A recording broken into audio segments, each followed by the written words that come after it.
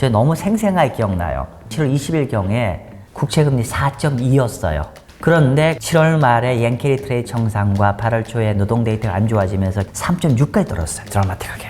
이번에는 주식시장은 그때보다 더 많이 하락을 했는데 국채금리는 생각만큼 안 떨어지고 있죠. 미국 국채금리가 스티키하게 끈적끈적하게 여전히 붙어 있죠. 그러면 왜?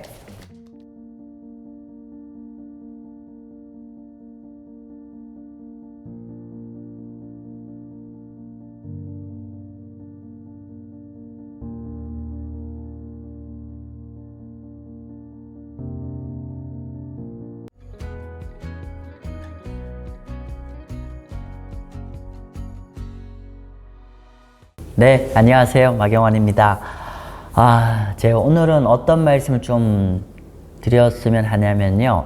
최근에 미국 주식시장이 크게 흔들리고 또 제가 최근에 또 금년도는 경기 침체의 가능성이 높아지고 있다 이런 말씀을 드렸어요. 그죠? 그러면 근데 조금 의아하신 부분이 계실 거예요. 원래 통상적으로 경기 침체가 다가오고 주가가 하락하게 되면은 상대적으로 안전자산인 국채에 대한 수요가 커지게 되죠. 우리 영어로 flight to quality가 되죠.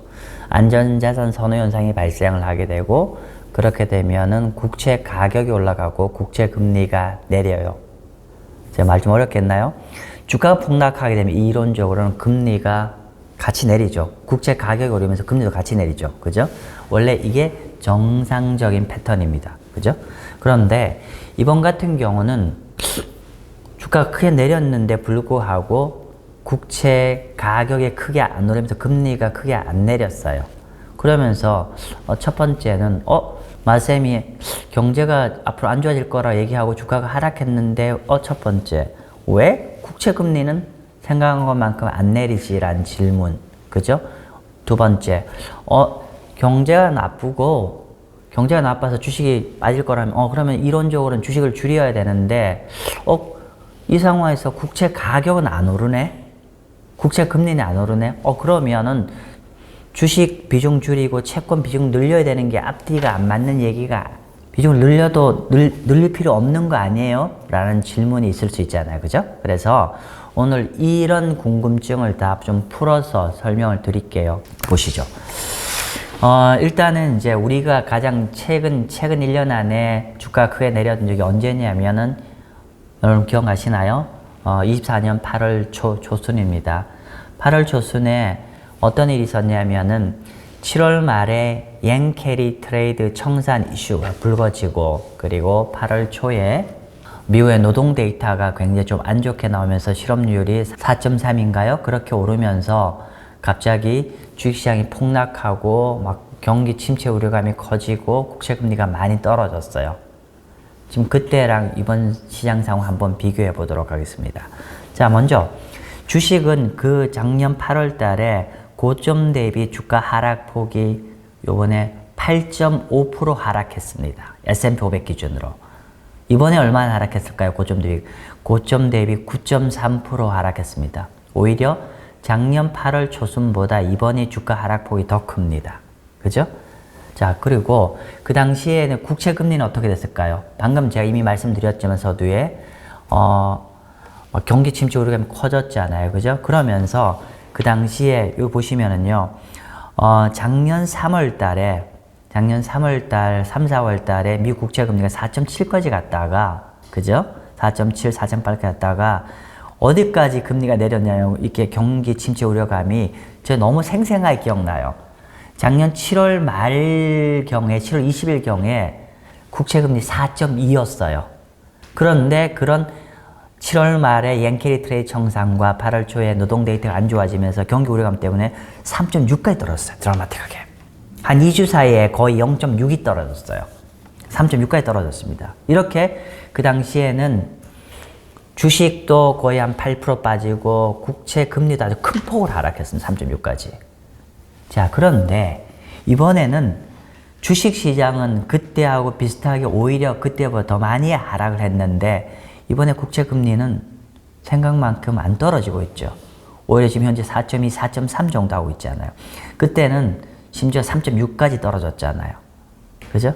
이렇게 되다 보니까 그때는 이게 좀 설명이 되죠. 주가가 하락하면은 안전자산의 가격이 크게 올라서 금리가 쭉 내렸던 게 설명이 되는데, 이번 같은 경우는 작년 8월만큼 오히려 그거보다 주가가 더 내렸어요. 불구하고 국채 금리가 크게 안 내리고 있어요. 즉 국채 가격이 크게 안 올랐습니다. 그래서 어떤 분은 에게 주식의 대안으로 채권의 역할을 잘 못하네요. 별 재미없는 거 아니에요? 이런 얘기도 많이 하시죠. 아무튼 간에 그러면 왜 주가는 크게 이번에 하락했는데 금리는 크게 하락하지 않을까? 영어로 우리가 미국 국채 금리가 스티키하게 끈적끈적하게 여전히 붙어 있죠. 그럼 왜 이렇게 경기 침체 우려감도 있다라고 했고 주가도 크게 하락을 했는데 반면 국채 금리는 크게 하락하지 않았는 요인에 대해서 제가 설명을 좀 오늘 드리고자 합니다. 자, 다시 한 번 말씀드리지만 이 내용 우리나라에서 제가 처음 말씀드리는 겁니다. 농담입니다만, 자, 크게 저는 한 3가지 정도 요인을 봅니다. 이렇게 보는 거. 물론 이제 오늘 제가 계속 말씀드리지만 사실 제가 혼자서 연구한 게 아니라 제가 해외에 큰 돈을 내고 계속 페이퍼를 읽는다고 말씀드렸잖아요. 오늘 또 제가 오늘 아침에 받은 자료를 공부해서 제가 우리나라에서 가장 먼저 여러분한테 말씀드린다라고 말씀드리면 될 것 같습니다. 첫 번째는 작년 8월 달 대비해서 현재 시장에서 생각하는 경기 침체 확률이 그때보다 많이 낮다라고 보는 겁니다. 볼까요? 요 첫 번째, 왜 여러분 보실 때 이게 오른편일까요? 오른편이라고 해야 되나요? 요쪽에 지금 작년 8월 달에 8월 초에 보통 이제 그 경제 금융 쪽에 가장 많은 전문 채널이 블룸버그 뉴스입니다. 블룸버그인데 블룸버그에서 그 당시에 뉴스 기사에 리세션을 경기 침체라는 어떤 단어가 등장한 횟수입니다. 자, 보니까 그 당시에는 이렇게 한 600개 이상 엄청나게 급증을 합니다. 그만큼 시장의 화두가 경기 침체 쪽에 엄청나게 이렇게 컸는 반면에 이번 같은 경우는 볼까요? 이번 같은 경우는 주가는 그때보다 오히려 비슷하거나 더 떨어졌는데 불구하고 최근에 경기 침체 얘기가 증가했지만은 그때보다 반절밖에 안 되죠. 즉, 그 당시 작년 8월 초순 대비 지금 현재 시장에서 경기 침체를 우려하는 사람들의 보이스가 그때보다는 아직도 많이 작다. 첫 번째 얘기고요. 두 번째, 우리가 경기 침체 우려감이 금융시장에 얼만큼 반영되었는지를 측정할 때 측정 지표로 어떤 걸 보냐면은 사실은 가상금리를 보죠. 가상금리. 제가 하는 실전 클래스에서 계속 말씀드렸던 내용인데 실제로 가상금리는 우리가 매크로 투자하는 사람, 즉 채권 투자하는 연기금이나 기관 투자가들이 판단하는 매크로 리스크라고 보면 됩니다. 그러니까 즉 가상금리가 는다는 거는 그만큼 거시경제 리스크가 커진다는 뜻이고 반면 가상금리가 이렇게 줄어든다는 거는 거시경제 리스크가 적다는 뜻입니다. 참고로 이 가상금리는 어떤 거냐면 국채금리 대비해서 등급이 낮은 채권이 얼만큼 더 금리를 더 얹어줘야 되는 여부인데 이런 가상금리가 확대되고 줄어드는 거에 따라서 시장에서 판단하는 리스크 레벨이 달라진다는 얘기인데 한번 보겠습니다. 크게 회사채는 두 가지로 나눌 수가 있어요. 하나는 우리가 인베스트먼트 그레이드라고 해서 투자 적격 채권이 있고요. 그 다음에 WBR의 하이드 채권으로 볼 수가 있어요. 자, 먼저 투자 적격 채권의 가상금리를 한번 보니까 작년 8월 달에 보니까 가상금리가 일시적으로 이 투자 적격 채권입니다. 그 전까지만 하더라도 한 90bp 하던 게 110bp로 탁 뜨잖아요. 그죠? 떴었어요. 근데 이번에는 가상금리 어디까지 늘었냐면은 늘었기는 늘었지만 지금 95bp 정도죠. 즉, 그 당시에 가상금리 올라간 110bp보다는 95bp니까 아직은 그 정도로 매크로 리스크를 반영하지 않고 있더라. 이게 사실은 투자 적격 채권은 가상금리 폭이 작기 때문에 이게 딱 눈이 딱 와닿질 않거든요. 그렇기 때문에 우리가 채권 시장에서 매크로 리스크를 일반적으로 측정할 때는 투자 적격 채권보다는 하이드 채권의 가상금리를 보고 판단하는 게 좀 더 쉽습니다. 자, 볼게요. 지난 8월 달에는 하이드 가상금리가 한 그 직전만 해도 300bp 정도 했다가 갑자기 폭증을 해서 거의 380bp까지 이렇게 가상금리가 폭증을 하죠. 참고로 가상금리가 폭증을 한다는 건 그만큼 매크로 리스크가 커진다는 뜻이고요. 반면에 이번 같은 경우는 늘긴 늘었지만은 지금 320bp 정도 늘었습니다. 즉, 그 당시에 380 대비해서 320은 굉장히 낮은 거죠. 즉, 정리를 하면은 현재 시장에서는 작년 8월 달 대비보다는 현재가 비록 주식이 더 크게 내렸지만은 시장에서 생각하는 경기 침체의 어떤 시장에서 인지되어 있는, 반영되어 있는 경기 침체의 리스크는 더 그때보다 낮더라. 이게 첫 번째로 현재 금리가 여전히 크게 아직 안 내려가는 이유이고요.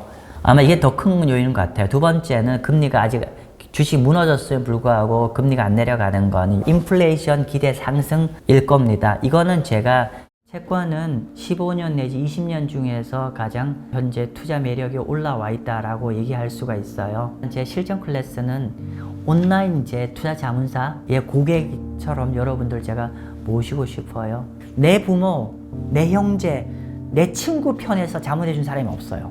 저 알거든요, 저의 부족함을. 그래서 제가 정말 열심히 공부하고 그 열심히 공부해서 제가 여러분한테 나눠드린 겁니다.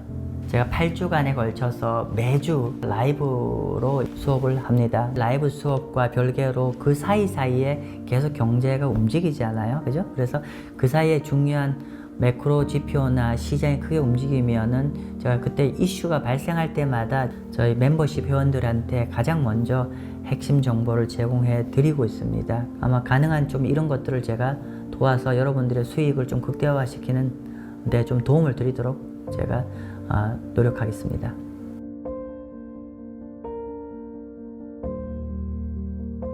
요즘 계속 제가 말씀드리고 있죠. 도널드 트럼프의 정책이 미니 스태그플레이션이 될 것 같다. 즉 단기적으로는 인플레이션을 자극해서 기대 인플레이션 좀 높게 잡힐 거고 중장기적으로는 제가 디플레이션 우려감이라고 말씀드렸잖아요.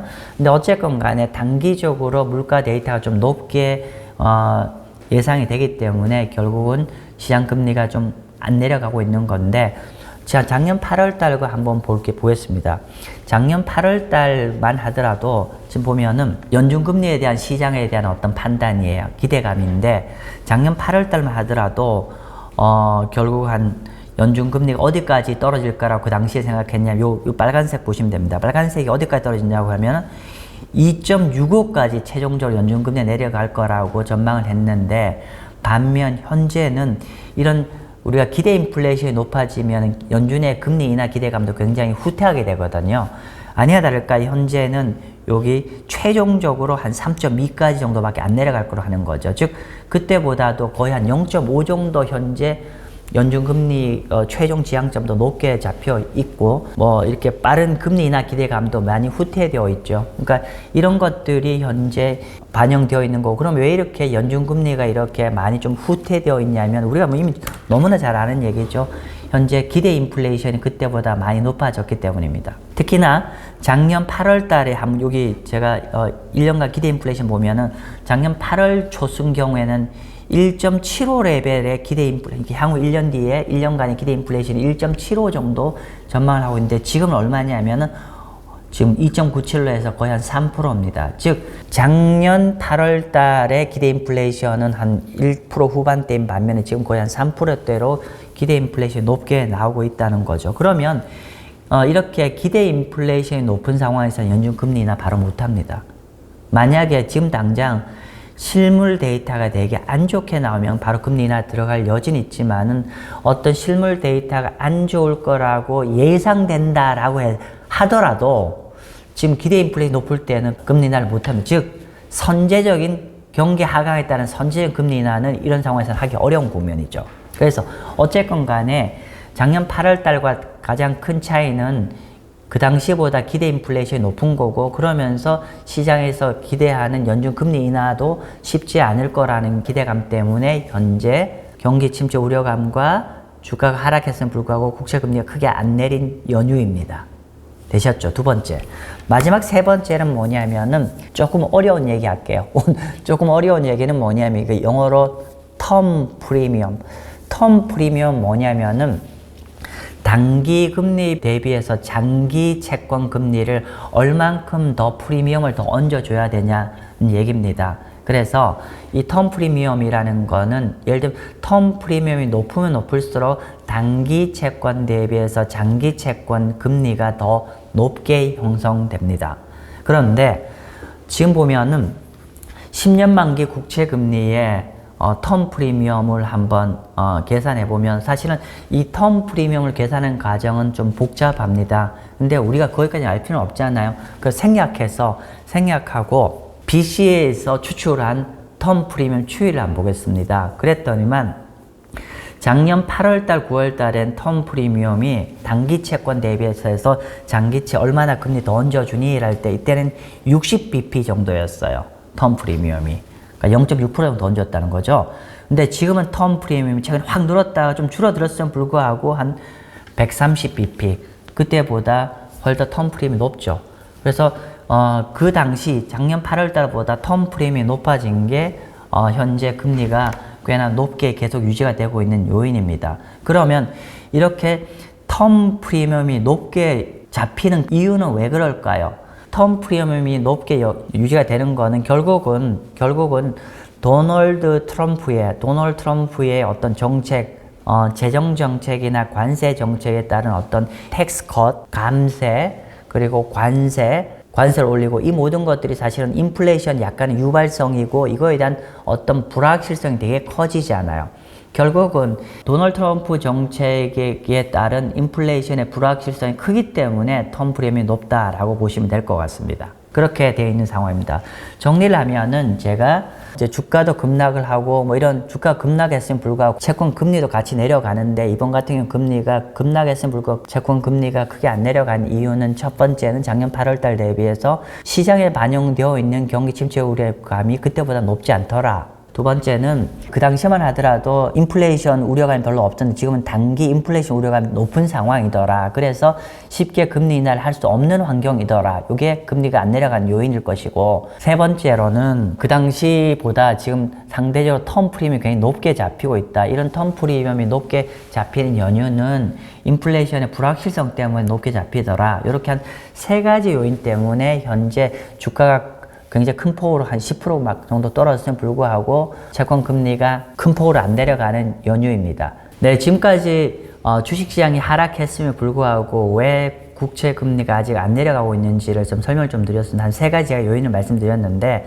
그러면 이 요인들이 주식시장과 채권시장이 어떤 의미인지를 좀 한번 설명을 좀 드려보도록 하겠습니다. 자, 먼저 주식시장인데요. 주식시장 같은 경우는 둘째와 세 번째 요인이 뭐였냐면, 둘째 요인은 단기적으로 기대 인플레이션이 높게 유지되고 있다. 지난 8월 달보다 더 텀 프리미엄이 높게 형성되고 있다는 요인인데요. 이 두 가지 요인 때문에 현재 금리가 굉장히 높게 유지가 되고 있는데, 요 높게 유지되는 요인이 결국은 위험자산에는 좀 부정적 요인이라는 거죠. 참고로 위험자산은 주식과 암호화폐에 해당이 되는 겁니다. 즉 정리를 하면은 금리가 높다는 거는 주식의 부정적 요인입니다. 그렇게 되는 거 따라서 시중 금리가 내려가기 위해서는 결국은 주식이 더 많이 깨져야 금리가 내려가는 겁니다. 그죠? 그렇게 이해하시면 될 것 같고요. 자, 그럼 채권 시사점.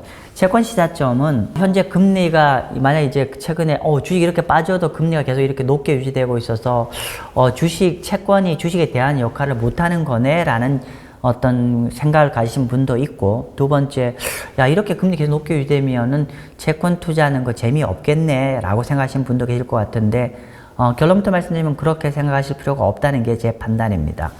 왜 그렇게 생각하냐면, 일단은 현재 우리가 제가 계속 말씀드리지만은 도널드 트럼프 정책이 만약 이대로 계속 간다고 하면은 경기 침체 확률이 좀 더 높아지게 되겠죠. 그렇게 되고, 그리고 이런 관세 정책이나 성장의 부작용 같은 앞으로 더 커질 거잖아요. 그래서 제가 관세 정책 설명드릴 때 그런 말씀드렸잖아요. 그러니까 단기적으로는 인플레이션 우려감이 있지만 좀 시간이 지나면 결국은 경제의 부정적인 네거티브한 임팩이 커지면서 디플레이션 쪽으로 갈 거라고 말씀드렸잖아요. 그러면 결국은 향후에 금리가 내려갈 거란 얘기죠.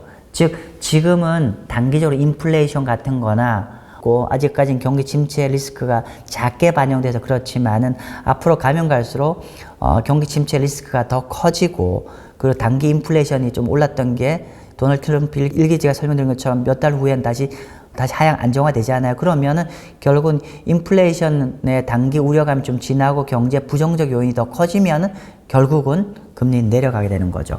그럼 여러분이 지금 현재 어떤 채권 투자는 어떤 스탠스를 취해야 되냐면, 지금은요 현재 금리 랩에서 채권을 많이 모아두세요. 모아두시면은 우리가 향후에 경제 나빠지는 거에 대한 해지, 또는 혹시나 주식이 크게 빠질 수 있는 가능성에 대한 해지, 그리고 채권 자체에도 제가 채권을 투자할 때 제일 좋은 게 뭐냐고 항상 설명드리면 제가 이렇게 말씀드렸잖아요. 높은 곳에서 뛰어내릴 수 있으면 가장 좋다고 말씀드렸잖아요. 즉 금리가 높을 때 투자하고 금리가 내려가면 우리가 이 금리와 반대로 채권 가격이 쭉 올라가는 거잖아요. 즉 이렇게 금리 레벨이 현재 안 떨어지는 게 우리가 현재 채권 투자하는 입장에서는 사실 굉장히 좋은 겁니다. 그래서 지금 만약에 금리가 연준금리도 빨리 내리고 시중금리도 빨리 내리면은 농사를 짓는다고 하면은 추수는 빨리 할 수 있겠죠. 금리 내려 채권 가격이 올라갈 거는 추수는 빨리 하지만은 수확량은 작을 거예요.